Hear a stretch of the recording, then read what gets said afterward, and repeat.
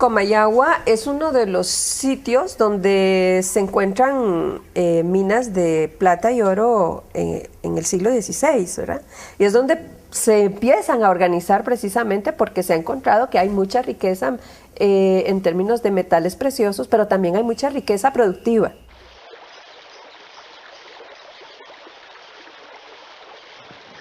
El capitán Alonso de Cáceres encuentra en su expedición en Honduras e Ibueras un valle con buen clima y bañado por acaudalados ríos que aseguraban abundantes frutos en su tierra. Este valle estaba equidistante entre los dos océanos del norte y del sur, y en medio de las ciudades importantes de la región, Santiago de los Caballeros de Guatemala y de León, Nicaragua. Así que por orden del adelantado de Yucatán, don Francisco de Montejo, fundó allí la villa de Santa María de Comayagua en nombre del rey de España Carlos I y de Santa María de Concepción.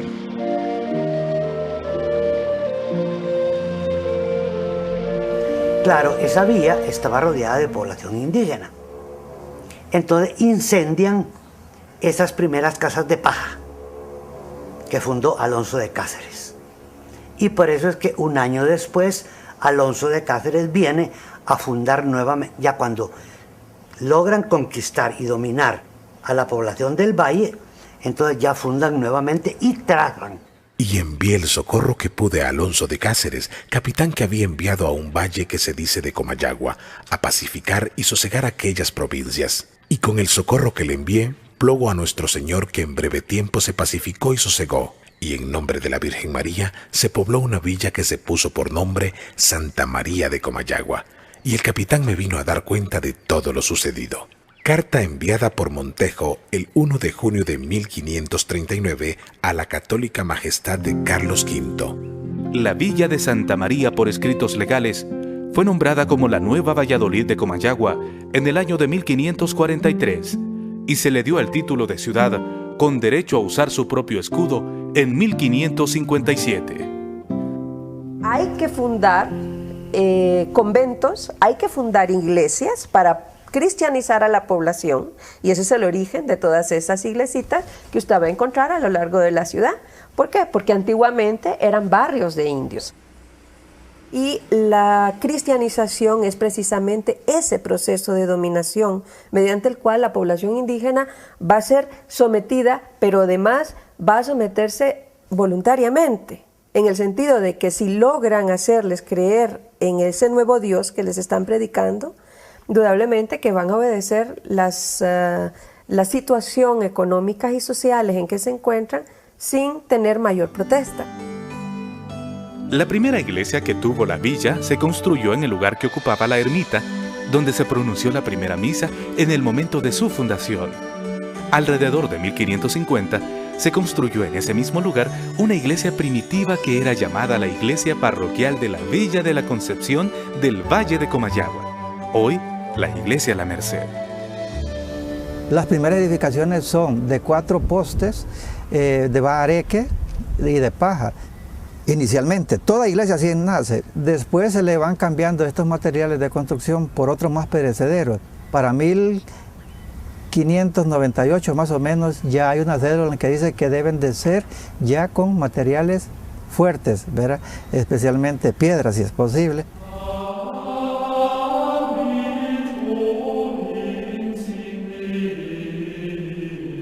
Y hasta años posteriores que viene Fray Gaspar de Quintanilla como obispo de Comayagua, según algunos historiadores es él el que edifica la iglesia de la Merced tal y como la conocemos actualmente.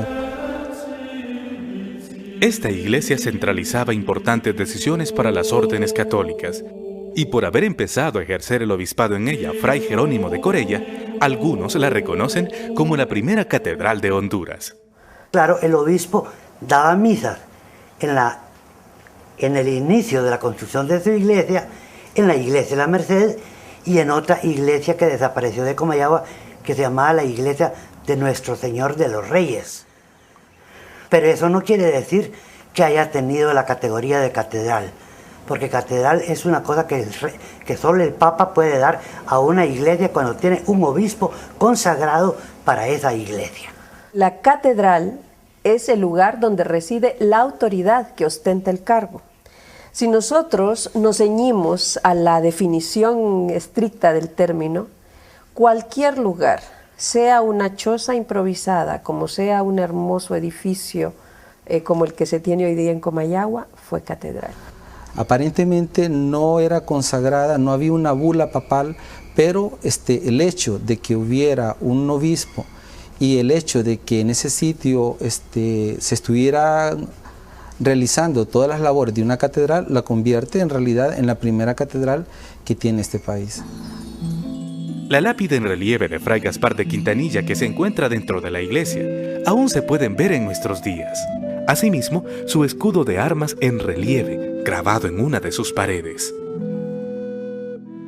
Mucha de la decoración original de la iglesia colonial fue perdida a través de los años.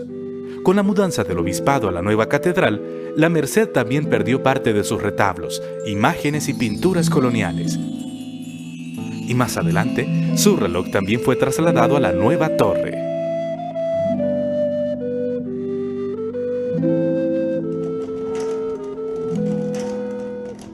El reloj lo que tiene de particular en realidad es el hecho de que tiene una maquinaria fabulosa, ¿verdad? Hace unos años, ahí por 1999, estuvo por acá en Honduras un relojero suizo para hacer una revisión de los relojes más importantes que habían en América. Uno de los más impresionantes para él fue el que vio en Comayagua, precisamente por la exactitud de la máquina, por la precisión de la máquina.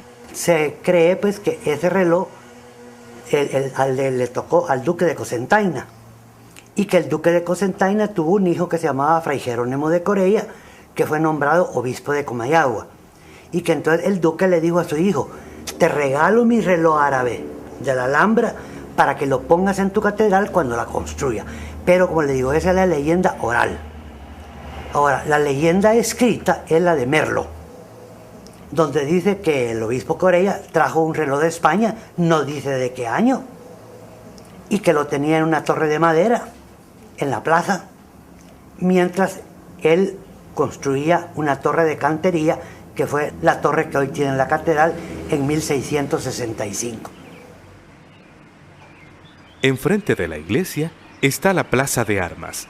Allí se construyó una columna llamada de la Constitución, por la vigencia de la Constitución de Cádiz de 1812, llamada también la columna de Fernando VII, y que erróneamente la gente la conoce como la Picota. Bueno, ese es un error de interpretación, porque probablemente en 1500, cuando se funda la vía de la Concepción, se construyó una picota. Ustedes saben lo que es una picota: es una rampa de madera con un árbol, donde hay un lazo, donde se ahorca a la persona, que se le hace una rampa para que cuelgue. Eso en nada se puede parecer con el obelisco que hoy existe. Entonces se le exponía a la vergüenza pública, pero no era tanto la vergüenza entendida como lo entenderíamos un miembro de la misma de la alta sociedad en Comayagua de la época, o un miembro de la población blanca de Comayagua de la época, sino más bien ejemplarizante respecto al resto de la población indígena. Pero para esa fecha ya las Cortes de España, ¿verdad?, ya están quitando los azotes y los grillos, ¿verdad? Ya de ahí para después de la independencia, los castigos que se dan es obras comunitarias.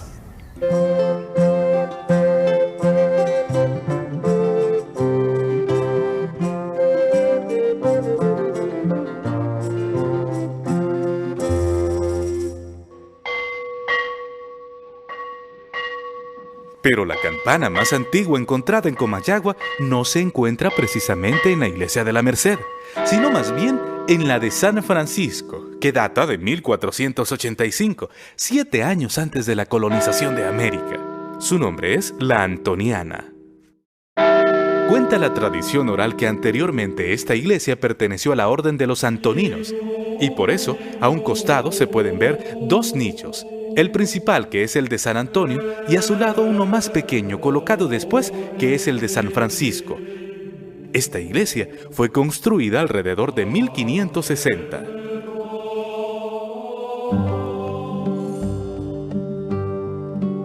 Todas sus imágenes y retablos están decoradas con un estilo barroco. La pintura de la decoración que simulan las telas del vestuario de los santos figuran estampados poco vistos con tanta precisión en el resto de las iglesias.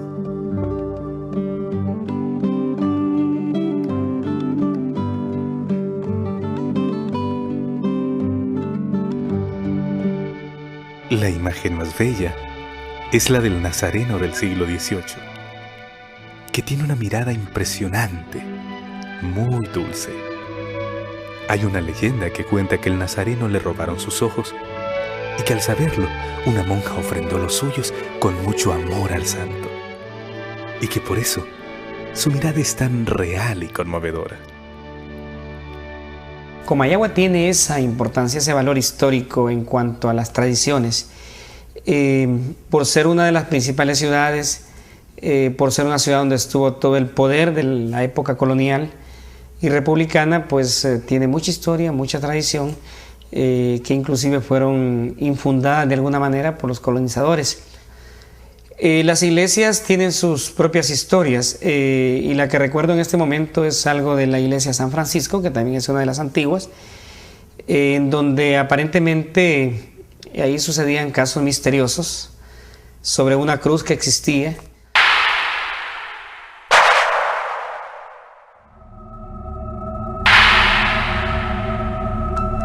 Empotrada en una de sus paredes yace la famosa Cruz de San Francisco, que se encontraba plantada en el panteón del convento anexo a la iglesia y que, según cuenta la leyenda, todos los días viernes una extraña nube la envolvía. Según dice la tradición oral, del río Chiquito a poca distancia detrás del convento se levantaba una extraña nube en forma de fantasma y que a través de su movimiento lento llegaba hasta la cruz donde se posaba, transformándose en la silueta de una persona. Fue un cura misionero, Fray Esteban Verdelete, quien después de estar con la extraña aparición 12 horas continuas, pudo absolver su alma en pena, y entonces ésta regresó por el camino de donde vino, desapareciendo para siempre. Esto sucedió alrededor de 1610. Lo más probable es que se haya instalado un cierto miedo entre la población, porque al empezar a expandirse la ciudad, el cementerio había quedado ya muy céntrico. Y obviamente siempre el más allá, el mundo de los muertos, siempre ha sido objeto de muchas leyendas, de muchos miedos, ¿no? Y que ya dejó tranquila la ciudad una vez que se practicó el exorcismo.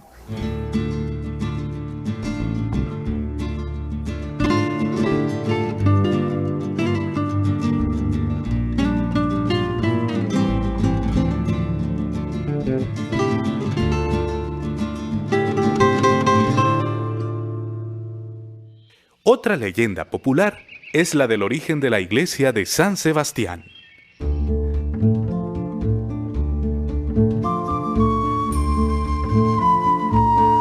Según nos cuenta la tradición oral, los monjes de la Merced hacían largas jornadas por la vega del río El Naranjal, donde tenían sus cultivos cerca de una loma.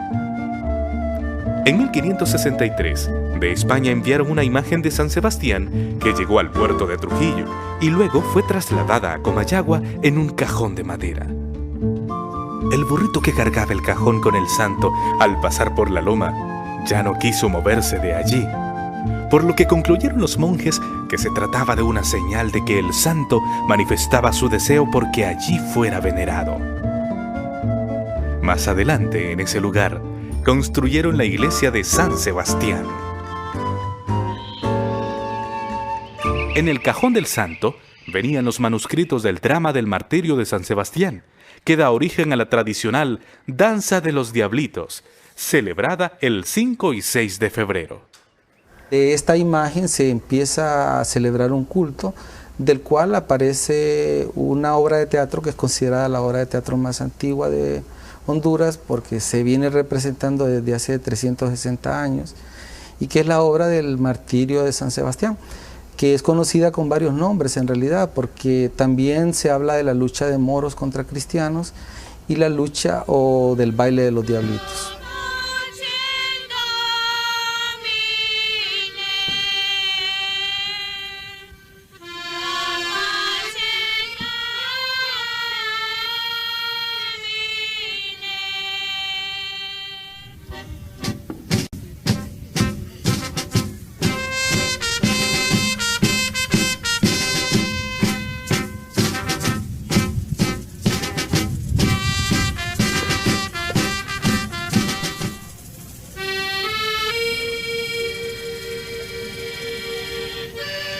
La gente reconoce más a los diablos que al propio San Sebastián, porque la obra se presentaba en el atrio de la iglesia de San Sebastián, pero se presentaba una vez y terminaba, pero alrededor de esta presentación estaba también una feria que duraba una semana. El diablo lo que hace es llegar a las puertas de las casas y pedir la cuentecita. La cuentecita es un poco de dinero a cambio del cual ellos bailan. Yo pensaba de que los sacerdotes chamanes encontraron en esta manera una forma de continuar haciendo su función sacerdotal, porque al verlos uno mira que ellos, además de que están danzando, gritan, golpean el piso con el látigo, hacen miedo. La gente le gusta verlo, pero les tiene mucho miedo. Entonces pareciera que están espantando a algo. Entonces pudiera ser que eso sea una especie de ceremonia en la cual antes quizás entraban a las casas y era una ceremonia como de limpieza de malos espíritus y malas vibraciones, ¿no? Y ahora inconscientemente nosotros seguimos pagando para que nos lo hagan, pero ya no sabemos por qué. Y ellos inconscientemente siguen haciendo una labor sacerdotal, pero ya tampoco saben. En la actualidad, esta iglesia tiene una de las mejores vistas, rodeada de jardines que embellecen su construcción colonial.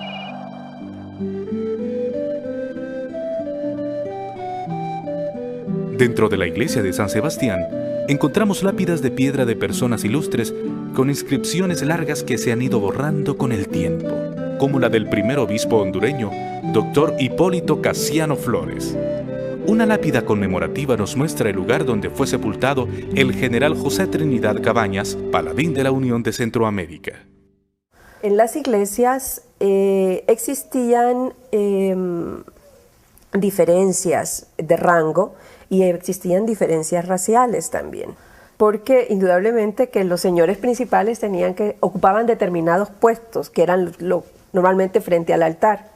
Y luego las otras personas que vivían en la comunidad tenían otro sitial, y la comunidad indígena y mulata, indudablemente que era el último eslabón en esa cadena, ocupaban el último lugar. Entonces normalmente no se acostumbraba que esas poblaciones fuesen a las mismas ceremonias religiosas que iba la clase alta, sino que ellos tenían sus ceremonias en sus pueblos. El indígena de América no estaba acostumbrado a interiores. Si ustedes ven todos los templos de los mayas, de los incas, de los aztecas, son al aire libre. Y entonces el indígena tenía temor de entrar, por ejemplo, al interior de una iglesia, ya como la construían los españoles, porque creían que les iban a caer encima. Entonces los frailes idearon dos de las grandes aportaciones que hay en la arquitectura de América, la arquitectura mundial, que es lo que se llama la ciudad hospital y la capilla abierta o capilla de indios.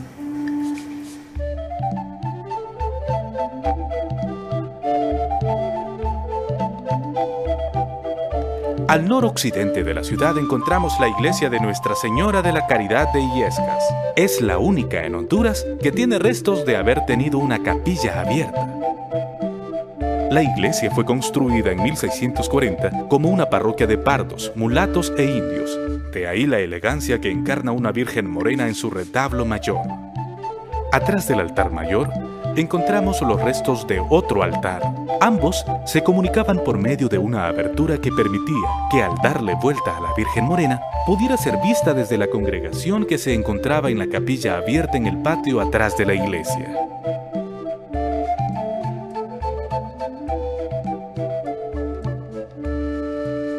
Esta abertura ha sido sellada por un muro, pero desde el exterior, en la parte posterior de la iglesia, aún podemos contemplar las bases de piedra. En esta iglesia encontramos la imagen de Santa Lucía, estofada en oro y plata, que perteneció a la iglesia de Santa Lucía en las cercanías de Comayagua y que fue destruida por su deterioro. Es una imagen antigua, posiblemente del siglo XV. También se encuentra el Señor de la Burrita, que es una imagen de tamaño natural y que posee una cantidad de gonces que le permite permanecer sentado sobre una burra que recorre la procesión todos los años del Domingo de Ramos por las calles de la ciudad.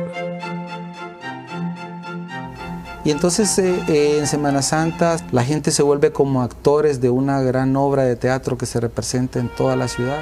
La tradición religiosa más fuerte que tenemos en Comayagua está relacionada con la Semana Santa.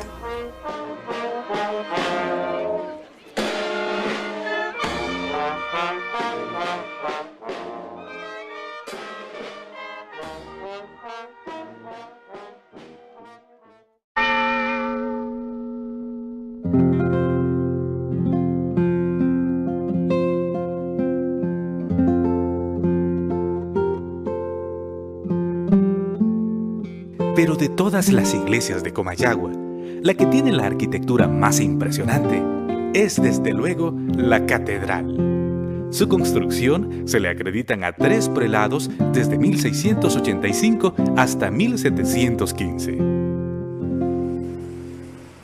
La catedral o las otras iglesias son obras de arte y tienen mucho arte, pintura, escultura.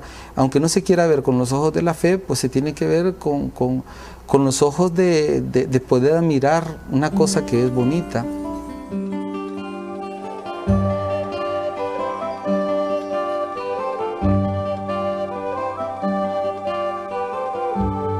En su fachada se pueden apreciar diversas figuras significativas.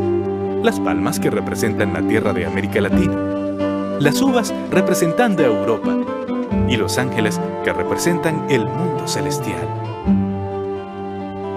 También hay 18 rosetones que simbolizan los 18 pueblos indígenas que tributaron para su construcción. Posee 8 nichos rodeado de pétalos estilizados y en el centro yace la Virgen de la Inmaculada Concepción, patrona de la ciudad. Y en el remate aparece un Jesús con las manos extendidas en ropas pontificiales, bendiciendo la ciudad. Originalmente alrededor de la catedral se encontraban jardines. Ahora la adorna en su frente una hermosa plaza donde se figura su propia sombra en piedra. Su interior está compuesto por 4 altares. El del Rosario o de los Canónigos, decorada con bajo relieve que nos narran los 3 misterios del Rosario, gozosos, dolorosos y gloriosos. La del Señor de Salamé o del Cristo crucificado con cuadros del siglo XVII y XVIII. El retablo mayor, que posee en su centro una bella imagen de la Inmaculada Concepción, obra de Francisco de Ocampo.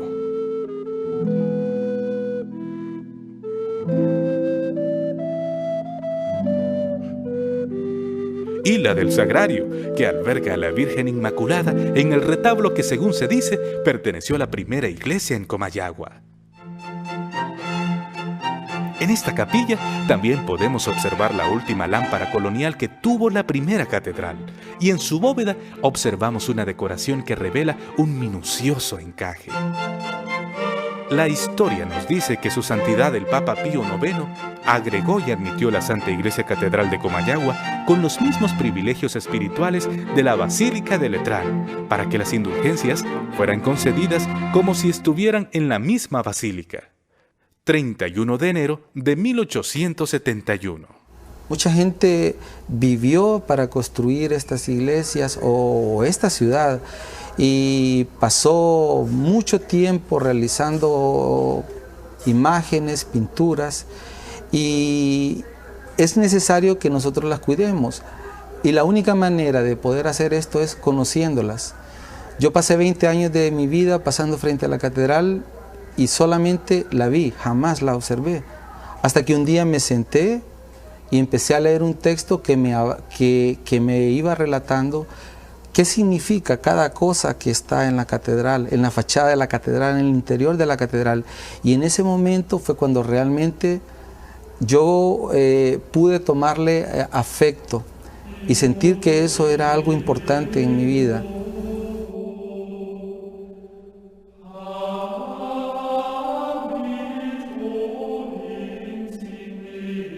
Hay muchas historias que enaltecen la catedral, como la visita de los padres capuchinos, quienes, admirados por su belleza, recorrían sus pasillos una y otra vez, descubriendo sus secretos. Estas 8 campanas tienen su nombre: la esquila o volteadora, la purísima, la chiquita, la de las ánimas, la de San Emigdio, la del Sagrario, la del Santísimo y la de la Virgen del Rosario, que se utiliza para convocar al cura.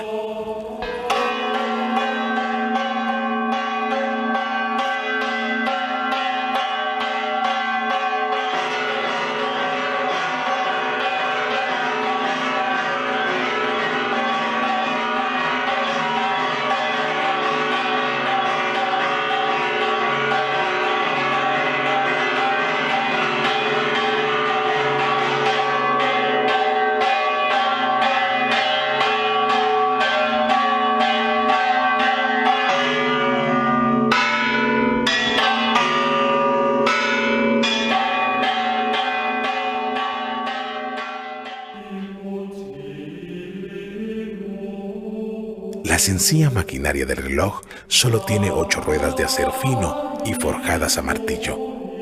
Está conectada a una de las campanas que toca al dar las horas, medias horas y los cuartos de hora. El Cristo crucificado de color de ébano es de tamaño natural y fue legado por el clérigo Hipólito Casiano Flores, quien se cree que murió envenenado por su cocinero francés. Según cuenta la leyenda, al morir dijo su última voluntad: dejo a mi Santa Iglesia Catedral el Cristo milagroso de la Sala Mía, frase que dicen se convirtió en Salamé.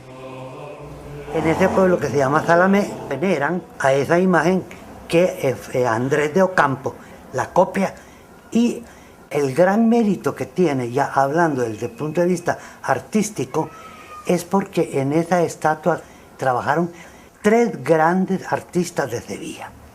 Andrés de Ocampo, que lo esculpe en blanco, como se llamaba, o sea, la madera, y muere. Entonces el rey ordena a que se contrate a un pintor para que le dé el encarnamiento de color moreno, el gran pintor. Y por último, el manto de castidad, que lleva lámina de oro, contratan a otro artista para que dore el manto de castidad.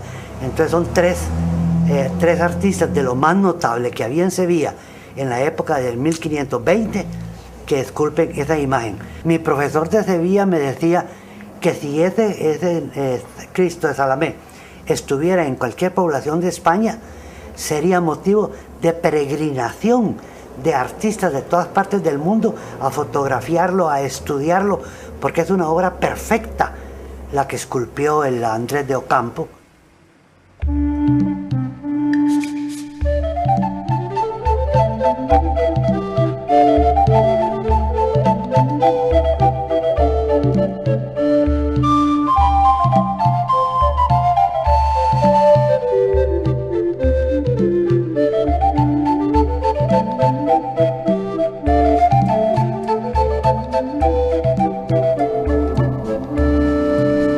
Se dice que en otra época existían túneles que comunicaban a las iglesias entre sí. Ahora se piensa que la puerta del subterráneo, que se encuentra en el altar mayor, más bien conducía a un compartimiento donde se guardaban los tesoros de la catedral. Este órgano fue traído desde Londres, mandado a fabricar por Monseñor Juan Félix de Jesús Cepeda y Cepeda, como una ofrenda de amor después de haber escuchado al hermoso coro que tenía la iglesia catedral en ese entonces. Lamentablemente, Monseñor Cepeda murió antes de que el órgano llegara a Comayagua en 1887. El bello órgano duró menos de un siglo en función.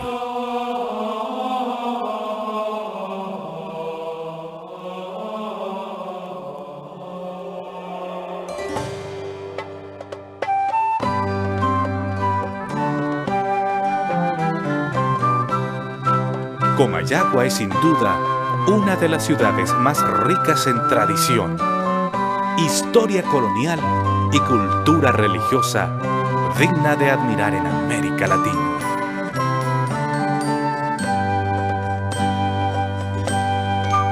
La importancia que tiene Comayagua, no solo desde el punto de vista histórico, sino que desde el punto de vista artístico y arquitectónico, es su antigüedad. Probablemente es pocas de las ciudades de América que conserva arquitectura del siglo XVI.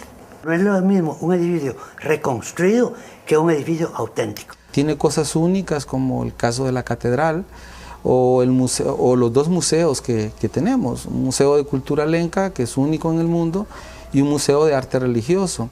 La gente al venir a Comayagua se siente muy pero muy complacida porque de alguna manera se remonta a la historia colonial y republicana de Honduras. Cuando la gente se apropia de sus monumentos, en esa medida está garantizando la conservación ad eternum de estos monumentos. Pero sí, nuestro sueño es convertir a Comayagua en esa ciudad, diría yo, la capital de la cultura, la capital del arte, de la historia de nuestro país. Esto es un legado, es algo que nos han heredado y que tenemos toda la obligación del mundo de cuidarlo para las generaciones posteriores. Ya lo vimos nosotros, pero otros también tienen derecho a verlo y tenemos que cuidarlo.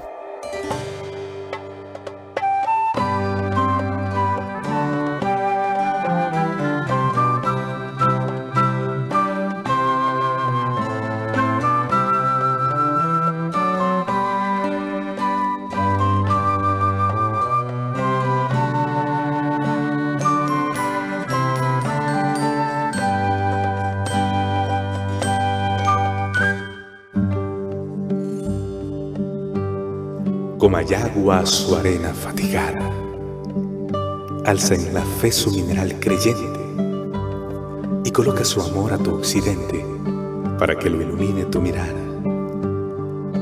A contraluz de luna, pie tangente, guiño redondo y paz iluminada, te asumiera una vela desvelada que a la vela se hiciera de repente. De tu muro a la fe, sibila orante, de tu Cristo al amor alucinante, río mecano para tu sonrisa, de agua bendita o campesina aurora, que en la Ave María se demora y que en la pena se catedraliza.